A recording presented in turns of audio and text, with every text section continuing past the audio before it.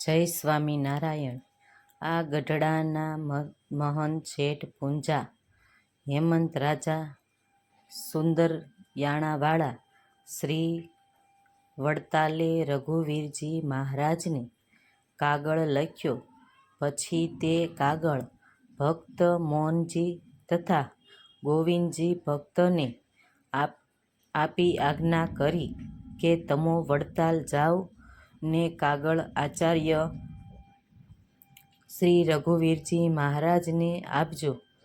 પછી તે બે જણા કાગળ લઈને ચાલ્યા તે ધોલેરા ગયા ને ત્યાં હરિયાનંદ સ્વામી તથા નિષ્કુળાનંદ સ્વામી તથા ભાઈ આત્માનંદ સ્વામી રહેતા હતા.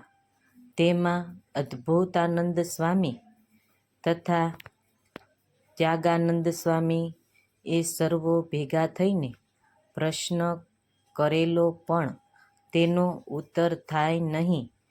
તે સર્વો મળીને એમ નિર્ધાર કર્યો, જે આનો ઉત્તર તો આ સદ્ગુરુ શ્રી ગોપાળાનંદ વામે હોય તો કરે, પણ તે તો વડતાલ છે, આમ વાત થાય છે. તેવા સમા ભક્ત મોહનજી વગેરે બે જણા ધોલેરા આવ્યા ને બીજે દિવસે સભામાં સર્વો બેઠા. પછી ભાઈ આત્માનંદ સ્વામી બોલ્યા, જે ભક્ત મોહનજી તમે વડતાલ જાઓ છો?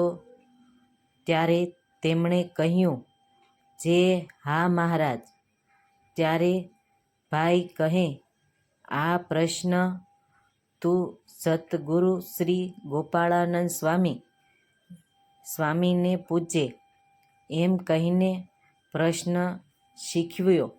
જે ભગવાનનો ભક્ત હોય ને નિયમ ધર્મ પ્રમાણે વર્તતો હોય, મહારાજને ભગવાન જાણો હોય, મહિમા એ સહિત નિશ્ચય હોય, તેનું અકાળ મૃત્યુ થયું ને તેને આ વરદાન ભોગવવાની બાકી રહી ગઈ હોય, ત્યારે તે ભક્ત ભગવાનના ધામમાં જાય કે કોઈ બીજે ઠેકાણે જાય? પછી ભાઈ સ્વામી બોલ્યા, જે મોહનજી ભગવત અને આવડ્યું. ત્યારે ભગત મોહનજી કહે, જે હા મહારાજ. આવડ્યું. હું સદ્ગુરુ શ્રી ગોપાળાનંદ સ્વામીને તમારું નામ લઈને આ પ્રશ્ન પૂછીશ ને તેતો જ ઉત્તર સ્વામી તથા સૌ સાધુ કહેશે તે હું શીખીને તમારી પાસે આવીને કહીશ. પછી સ્વામી રાજી થયા. બીજે દિવસે ભક્ત મોહનજી ત્યાંથી ચાલ્યા તે વડતાલ આવ્યા ને શ્રી રઘુવીરજી મહારાજને કાગળ આપ્યો તથા સદ્ગુરુ શ્રી ગોપાળાનંદજી ને વારમીના દર્શન કર્યા ને ઉતારો કરીને ત્યાં રહ્યા. પછી ગઢડેથી પૂંજા શેઠના તથા ધોલેરાથી ભાઈ આત્માનંદ સ્વામી તથા નિષ્કુળાનંદ સ્વામી વગેરે સર્વો સાધુના નારાયણ કીધા. પછી બીજે દિવસે સદ્ગુરુ શ્રી ગોપાળાનંદ સ્વામી ને આસને સભા થઈ. પછી ભક્ત મોહનજીને ભાઈ આત્માનંદ સ્વામીએ જે પ્રશ્ન શીખવ્યા કહ્યું હતું તે સદ્ગુરુ શ્રી ગોપાળાનંદ સ્વામીને વિગતે સહિત કહી દેખાડ્યું.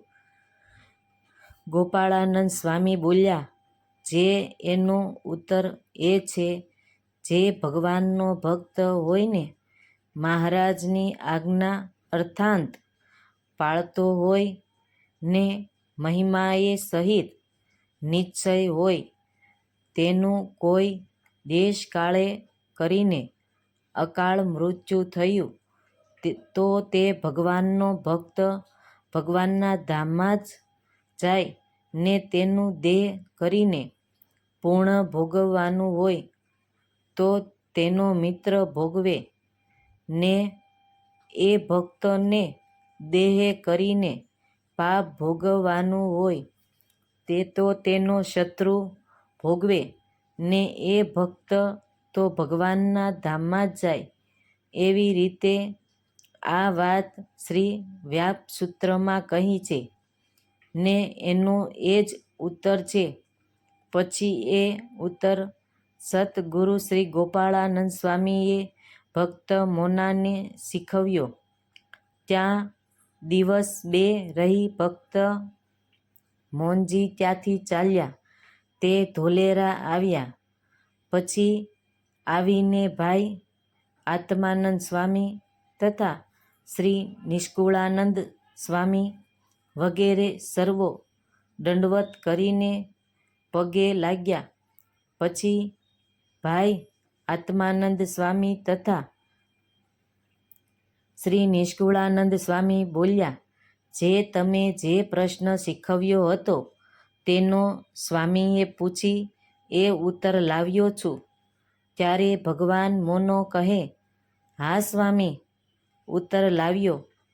ત્યારે ભાઈ વગેરે સહુ બેઠા અને એ પ્રશ્નનો ઉત્તર જે રીતે સતગુરુ શ્રી ગોપાળાનંદ સ્વામીએ કહ્યો હતો એ જ પ્રમાણે કહી દેખાડ્યો ને બોલ્યા, જે એ તો ભગવાનના ધામમાં જ જાય.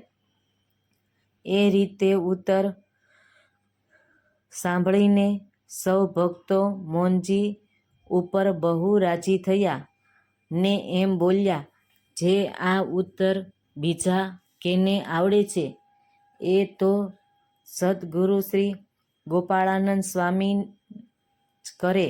પછી ભાઈ આત્માનંદ સ્વામી મોનજી ભગતને બાથ ભરીને મળ્યા ને રાજી થયા.